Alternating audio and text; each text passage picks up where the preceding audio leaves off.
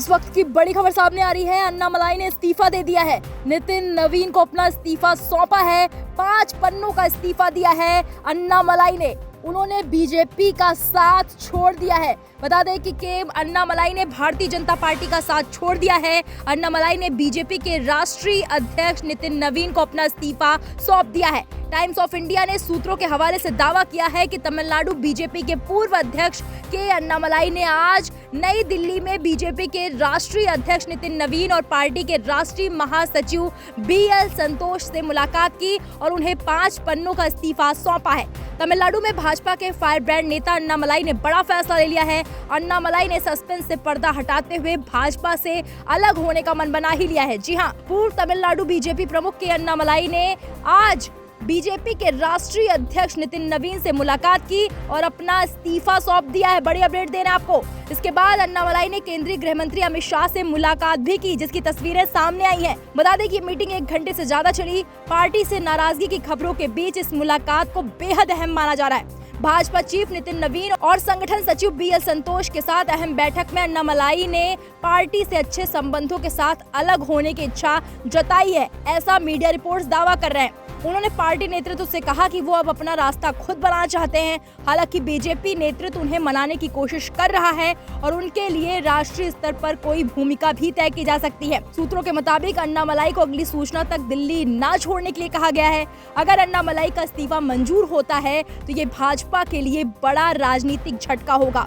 BJP से अन्नामलाई का जाना राज्य की राजनीति में बड़ा बदलाव साबित हो सकता है, खासकर अभिनेता से नेता बने विजय के मुख्यमंत्री बनने के बाद।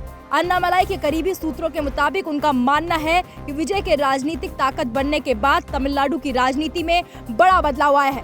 आज विजय से लड़ने के लिए कोई नेता नहीं है।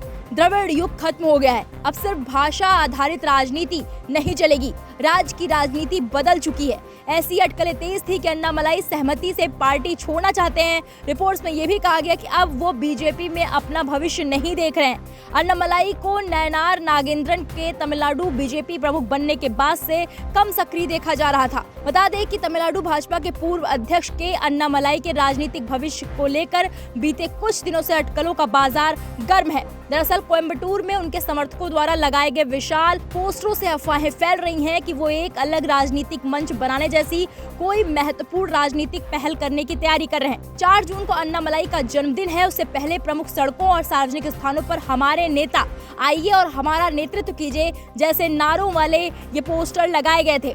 अन्नामलाई ने क्यों कहा था कि 2 दिन का इंतजार कीजिए। दिल्ली रवाना होने से पहले अन्नामलाई ने अपने बारे में चल रही अटकलों पर विस्तार से टिप्पणी करने से इनकार कर दिया था।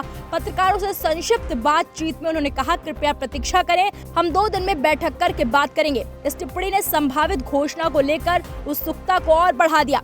भारतीय पुलिस सेवा के पूर्व अधिकारी अन्नामलाई 2020 में भाजपा में शामिल हुए और तेजी से तमिलनाडु में पार्टी के सबसे प्रमुख नेताओं में से एक बन गए। 2021 से 2025 तक राज्य भाजपा अध्यक्ष के रूप में उन्होंने कई राज्यव्यापी अभियानों का नेतृत्व किया और युवा मतदाताओं और सोशल मीडिया फॉलोअर्स के बीच एक मजबूत समर्थन आधार बनाया। 2026 के तमिलनाडु विधानसभा चुनाव के बाद उनके भविष्य को लेकर अटकलें तेज हो गयी, जिसमें भाजपा के सबसे जाने माने चेहरों में से एक होने के बावजूद उन्होंने चुनाव नहीं लड़ा। कक्षा 9 के छात्रों के लिए त्रिभाषा नीति को आगे बढ़ाने के केंद्र के फैसले की उनकी हालिया आलोचना ने भी राजनीतिक बहस छेड़ दी और पार्टी नेतृत्व के साथ उनके संबंधों को लेकर नई अफवाहें पैदा कर दी। जहां कुछ पर्यवेक्षकों का मानना है कि अन्नामलाई भाजपा में अधिक प्रमुख भूमिका तलाश रखते हैं, वहीं अन्य का अनुमान है कि वो एक अलग राजनीतिक मंच बना सकते हैं।